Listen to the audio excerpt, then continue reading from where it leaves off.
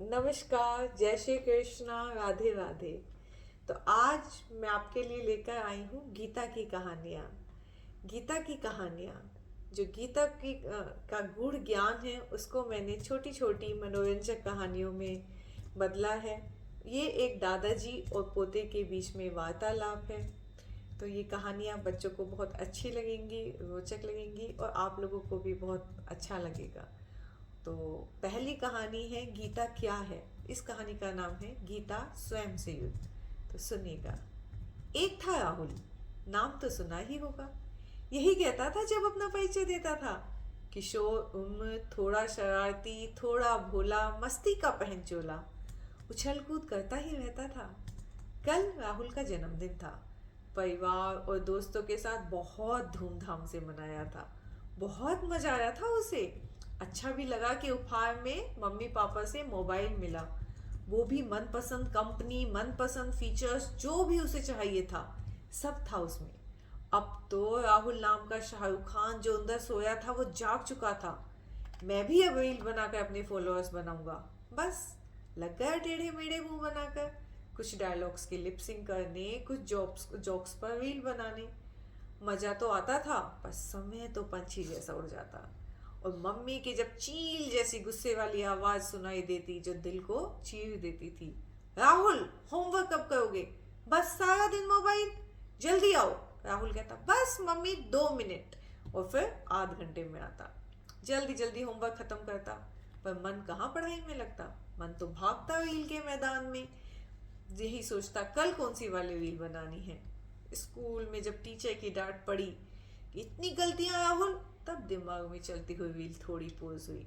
तब समझ आया होमवर्क तो पहले खत्म करना है, पर रील अपनी तरफ खींचती। राहुल के दोस्त भी कहते राहुल आज वाली रील फनी तो है पर ये बहुत बार देख चुके हैं, तो कुछ अलग बना। राहुल ये सोच ही रहा था, तभी उसे दादाजी ने पुकारा। राहुल बेटा जया एक गिलास पानी तो लाना। अच्छा दादाजी, मैं लाया। राहुल दादाजी को पानी देने गया तो देखा दादाजी एक किताब पढ़ रहे हैं जिसके कवर पर एक रथ बना हुआ है और भगवान कृष्ण रथ चला रहे हैं। राहुल ने पूछा दादाजी आप गीता पढ़ रहे हैं ना? हाँ राहुल बेटा, मैं गीता पढ़ रहा हूँ। क्या तुम इसके बारे में जानते हो राहुल? हाँ दादाजी, मुझे पता है। भगवान कृष्ण गीता में अर्जुन को युद्ध करने के लिए कहते हैं। परंतु दादाजी युद्ध तो अच्छा नहीं होता ना। अगर मैं किसी से लड़ाई करूं तो क्या आप और मम्मी पापा मुझे इसकी परमिशन देंगे? जब मेरे खिलौने आपका लाडला बेटा, मेरा छोटा भाई तोड़ देता है, मेरी चीजें तोड़ देता है, तब तो आप कहते हो कोई बात नहीं राहुल, जाने दे, लड़ाई मत कर। फिर भगवान अर्जुन से युद्ध करने के लिए क्यों कहते हैं? युद्ध, लड़ाई, ये सब तो अच्छी बात नहीं है ना दादाजी। युद्ध में तो मृत्यु भी हो जाती है। दादाजी ने अर्जुन को दादाजी ने राहुल को मुस्कुराते हुए कहा। थोड़ा सोचकर कि अगर तुम मेरे पास 10 मिनट बैठो तो राहुल मैं इसका उत्तर दूंगा। ठीक है दादाजी, क्या मैं आपकी वीडियो भी बना सकता हूँ? दादाजी ने हंसकर कहा हाँ, मेरी रील भी बना ले तू। फिर तेरी मम्मी मुझे भी डांटेंगी। राहुल कहता नहीं, मम्मी आपको नहीं डांटेंगी, और राहुल वीडियो बनाने लगता है। दादाजी कहते हैं तो राहुल पहले वीडियो में अपना प्रश्न पूछ जो तुमने पूछा था।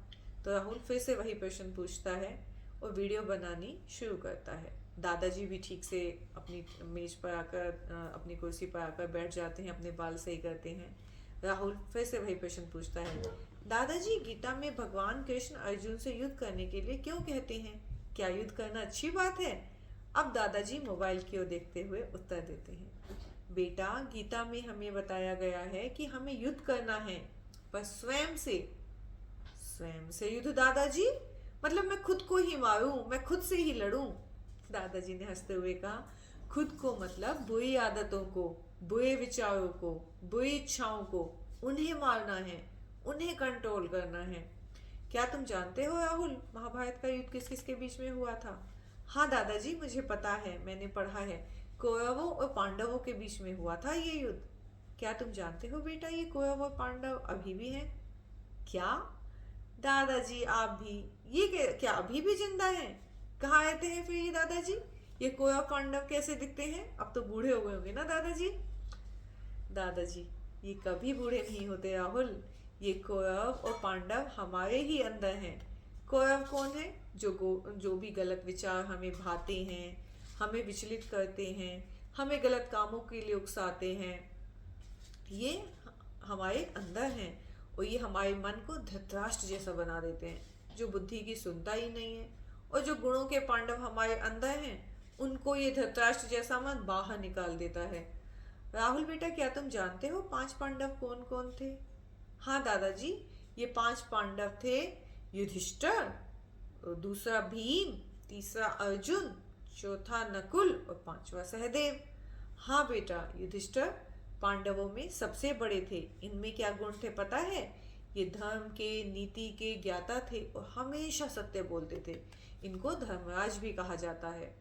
और भीम महाबलशाली, महाशक्तिशाली।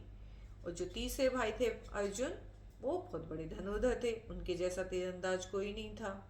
नकुल बहुत ज़्यादा सुंदर थे और घुड़सवार थे और पशुओं के बारे में पूरी जानकारी रखते थे। सहदेव सहनशील भी थे नाम के अनुसार, वो बहुत बड़े ज्ञानी थे। दुर्योधन के कहने पर धृतराष्ट्र उन्हें अपने राज्य से निकाल देता है, उन्हें वनवास दिला देता है, बाद में उनका राज्य देने को भी मना करता है। तो हम भी आजकल क्या करते हैं? धन वैभव को पाने के लिए अपने जो अच्छे अच्छे गुण हैं उनको भूल जाते हैं, उनको अपने दिमाग से बाहर निकाल देते हैं। बस अपनी इच्छाओं को पूरा करने के लिए, अपने अंदर के इच्छाओं को पाने के लिए हम कौरवों का सहारा लेते हैं। कौरवों जैसे अवगुणों को अपने साथ रखते हैं। युधिष्ठिर जैसी सत्यता, भीम जैसी शक्ति, उसका आत्मविश्वास, अर्जुन जैसा लक्ष्य सब छोड़ देते हैं। ना नकुल सा प्रकृति प्रेम रखते, ना सहदेव जैसी सहनशीलता और ज्ञान रखते। अपना ज्ञान भूल के बस दूसरों जैसा बनने की होड़ में लग जाते हैं। तो हम क्या करते हैं? अपने अंदर के गुणों वाले पांडवों को बाहर भेज देते हैं और अंदर अवगुणों वाले कौरवों को अपने अंदर अपना लेते हैं। तो हमें क्या करना है? उनसे युद्ध करना है, उन कौरवों को हराना है और पांडवों को अपने अंदर रखना है। पांडव जो कि गुण है। और जब हम ये अपने स्वयं से युद्ध करते हैं, अपने कौरवों को हराने का प्रयास करते हैं, तो उसमें हमारी मदद पता है कौन करता है? उसमें हमारी मदद करते हैं सारथी बनकर। दादाजी मैं बताऊं सारथी कौन है? भगवान कृष्ण।